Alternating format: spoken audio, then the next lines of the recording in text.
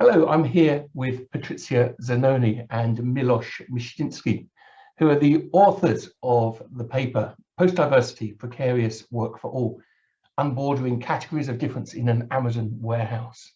And this paper has been recognised by the Critical Management Studies Division of the Academy of Management. That's happened on the basis of reviewer evaluations and in conjunction with the editors of the journal Critical Perspectives on International Business. And so we're really delighted that we're able to recognise Patrizia and Milosz's work and that it has been awarded a prize for Best Critical Paper on International Business. Congratulations.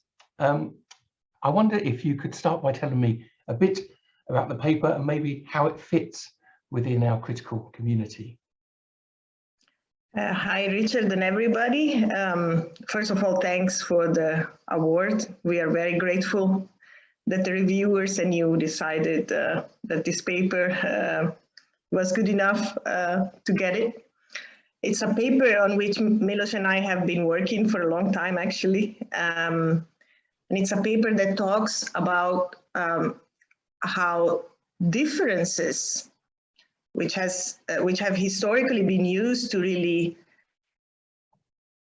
structure organizations and work in unequal ways can also be undone by organizations. The critical diversity literature has been very much investigating the role of socio-demographic markers like gender, ethnicity, age, disability, you name it, in organizing how we divide work, assign people to certain tasks, and above all,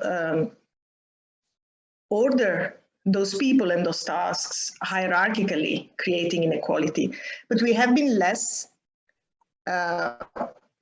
attentive for the possibility that organizations might actually erase differences that are widely used in society and in other organizations to structure unequally. And the paper actually is based on the case of an Amazon warehouse in Poland and is about this, in our eyes, very new way of organizing by creating a more homogeneous labor force and kind of forgetting those differences that divide us and quite explicitly not using those differences as principles of organizing unequally.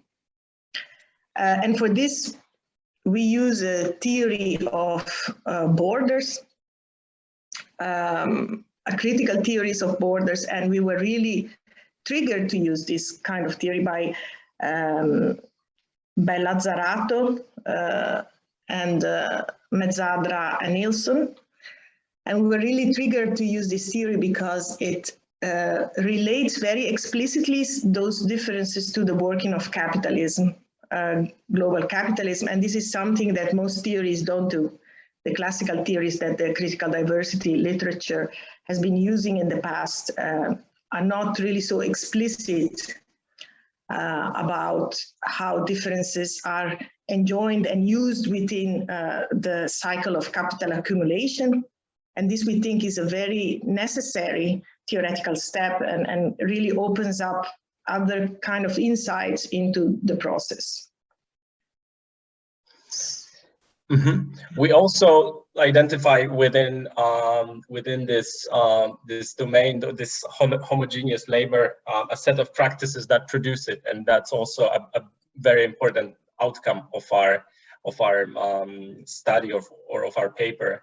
And within them, we see that those practices actually produce a kind of universal model of labor that reduces those socio-demographic characteristics that Patrizia mentioned. Let me just point at them.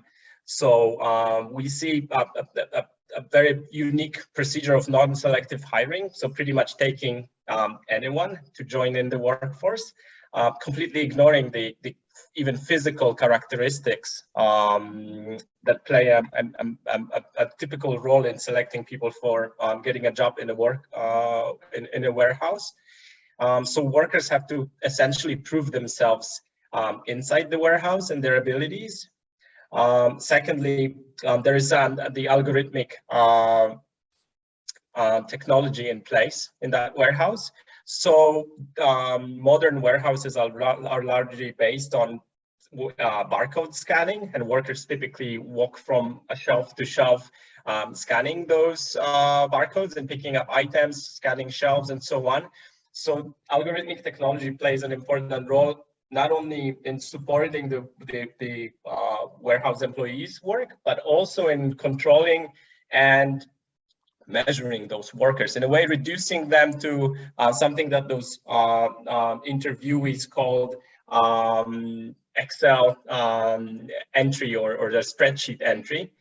Then there's also a very specific culture inside that Amazon warehouse, which is based on interpersonal respect. I know it might sound odd in a way, but due to the scale of operations and the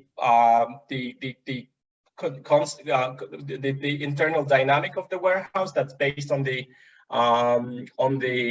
constant movement of workers, workers don't really get much interaction with each other. So they're like moving, there's a lot of them.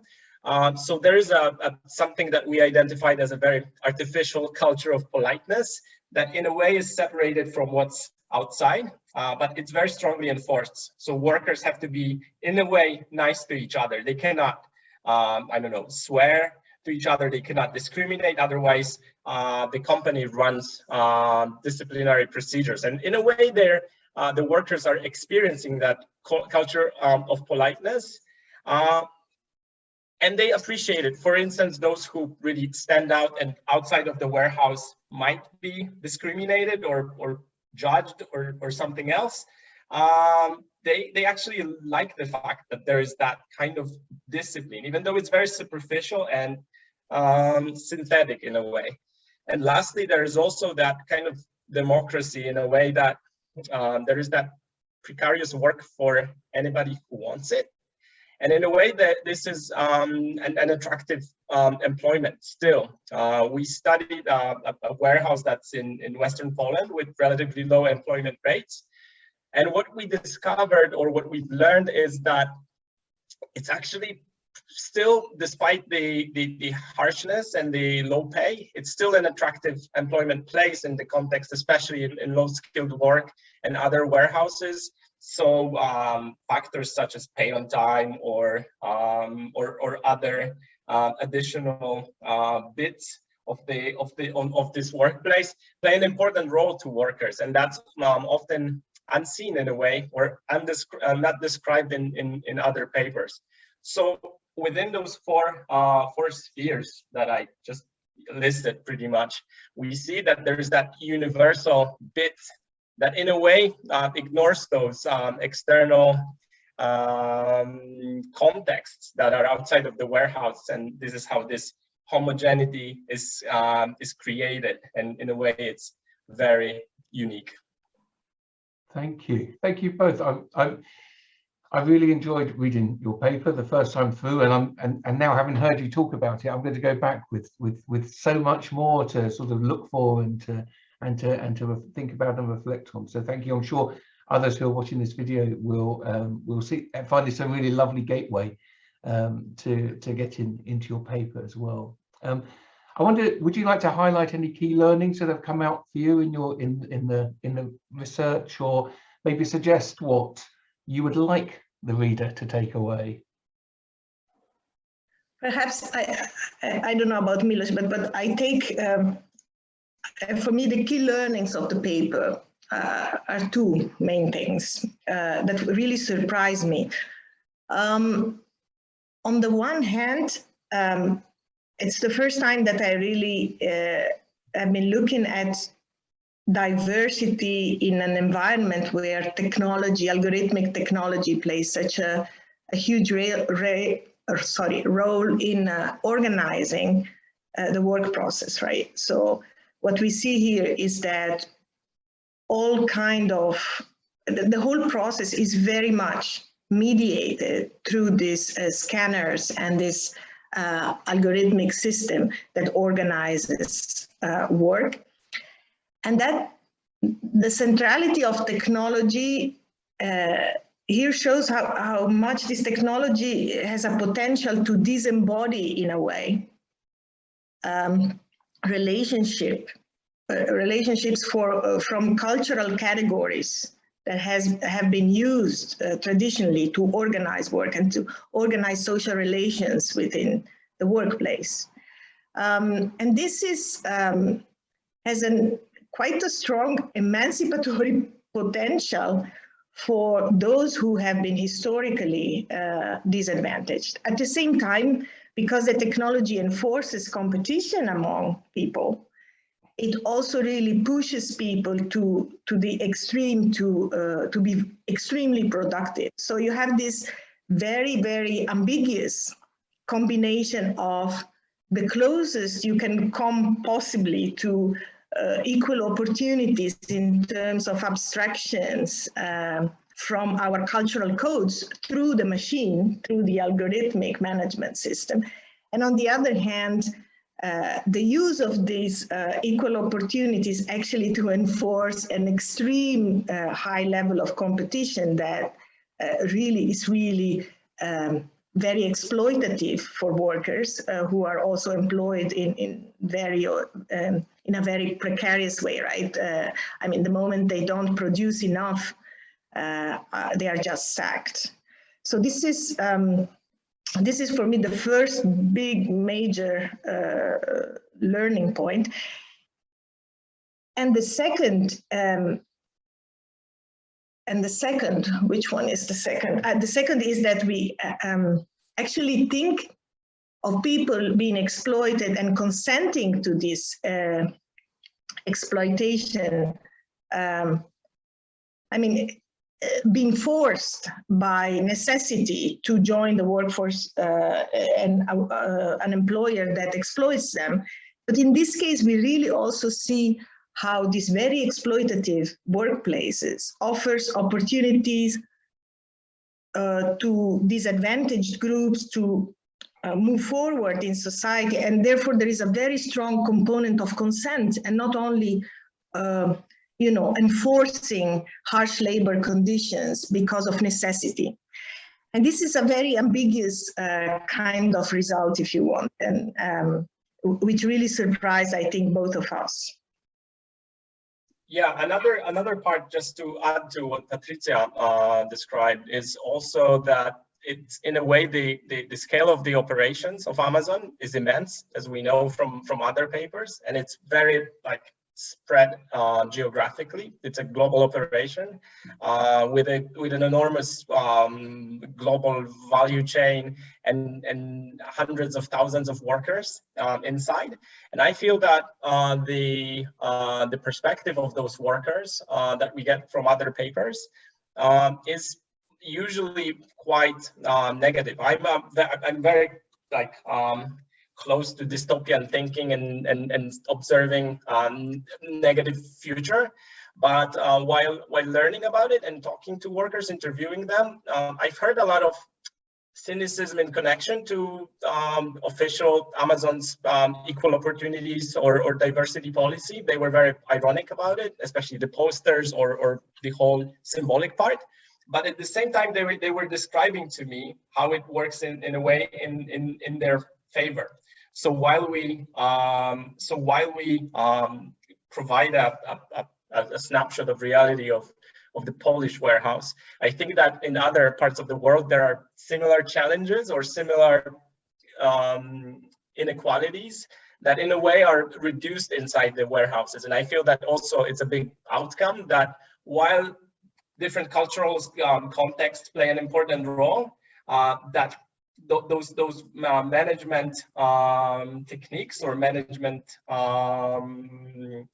systems, or I guess it's management techniques, play an important role in a way that they provide often a safe place, for instance, for people who might be suffering from those inequalities, or provide a new, maybe a small step, and a step that costs a big price in terms of health and effort.